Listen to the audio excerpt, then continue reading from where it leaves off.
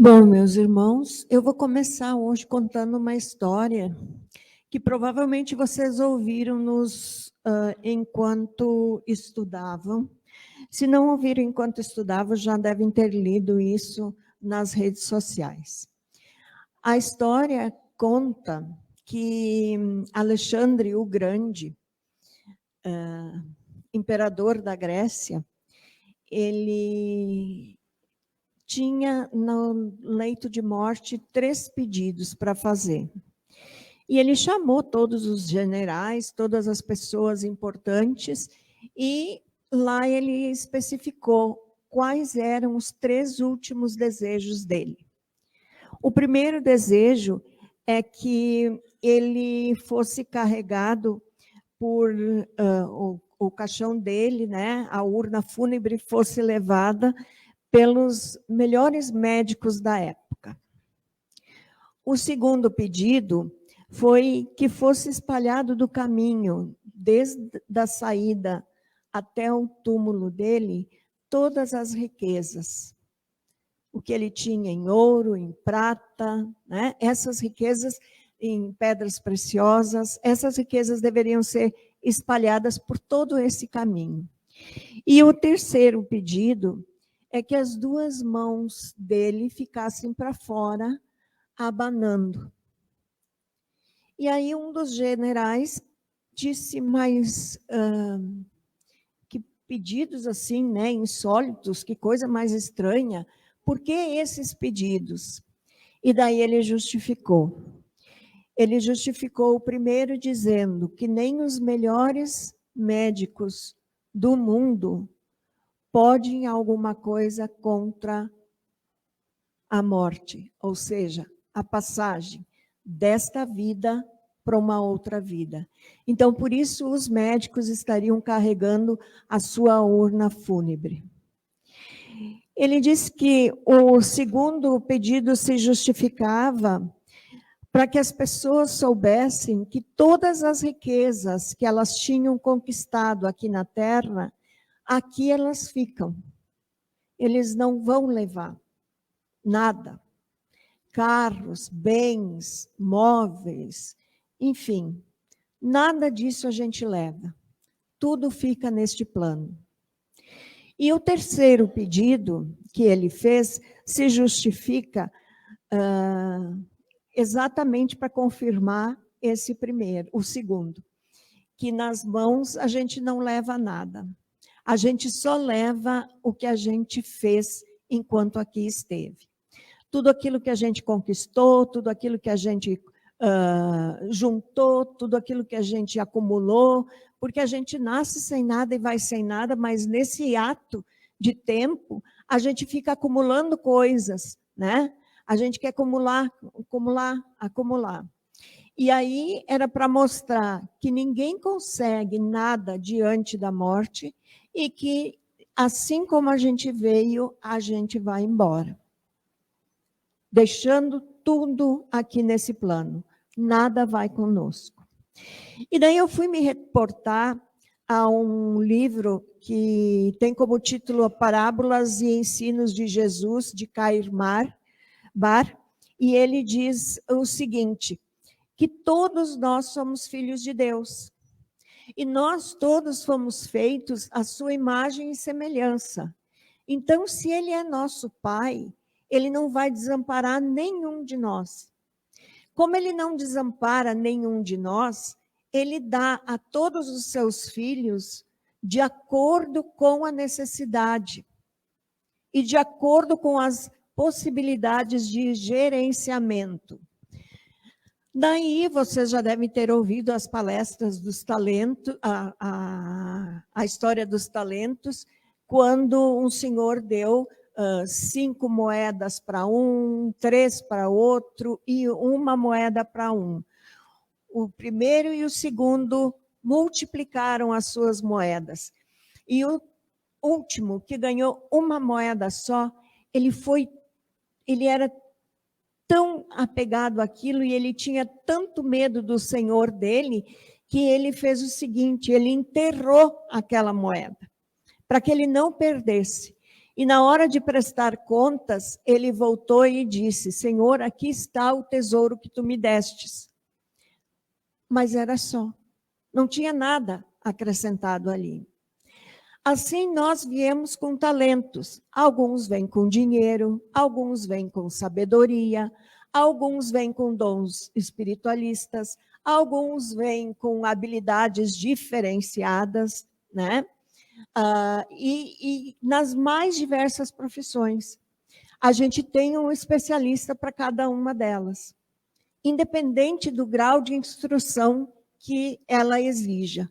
Mas a gente tem aqueles que são especiais. E aí, todas essas diferenciações que nós temos e que Deus nos dá, nós vamos prestar conta quando nós fizermos a nossa passagem. Como é que nós utilizamos a nossa sabedoria? Né? Por que nós criamos, eu vou assim ser bem radical, por que em vez da gente usar a nossa sabedoria para o bem da medicina, nós acabamos usando e criando a bomba atômica? Essas coisas a gente vai ter que prestar contas. Quem ganhou o dinheiro, quem veio, nasceu em berço esplêndido e foi afortunado, tinha muitas condições, mas passou a vida inteira esbanjando, não fez nenhum tipo de caridade, seja ela moral, material, ele vai prestar contas. Então, a gente tem que estar consciente de que, se eu recebi algum dom, este dom eu vou ter que mostrar de que forma eu multipliquei ele. A gente pode fazer muitas coisas. A gente pode atingir muitas coisas com o dom que Deus nos dá. Mas a gente precisa agir para isso. E aí, Allan Kardec, no livro O Céu e o Inferno, que é um outro livro que eu recomendo para vocês a leitura, é uma leitura um pouco densa, mas é muito agradável. Densa e agradável não combina, né? Mas, enfim, é muito esclarecedora a leitura deste livro da codificação. Lá no capítulo 1, que tem como título A Passagem, Allan Kardec diz o seguinte, que a confiança que nós temos na vida além da vida, muitas vezes não nos tira o medo do rito da passagem.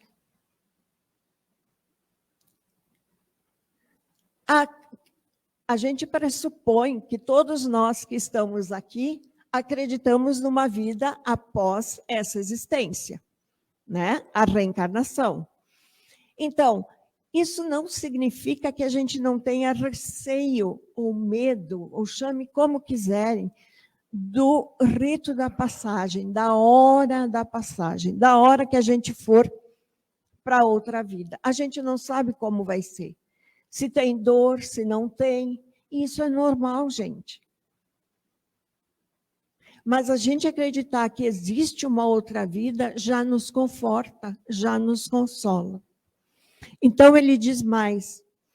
Ele diz que a gente pode escapar de qualquer viagem nesse mundo. Eu vou deixar de ir esse final de semana para a Serra. Vou deixar de esse final de semana viajar para determinado lugar. Nós temos esse livre-arbítrio. E isso nós podemos fazer. Só que dessa passagem, ninguém escapa. Essa passagem, ela vai acontecer com qualquer um de nós. Seja rico, seja pobre, seja com uma inteligência astronômica, seja o ser mais simples que existe na Terra, ninguém escapa dessa passagem. E daí nós vamos linkar.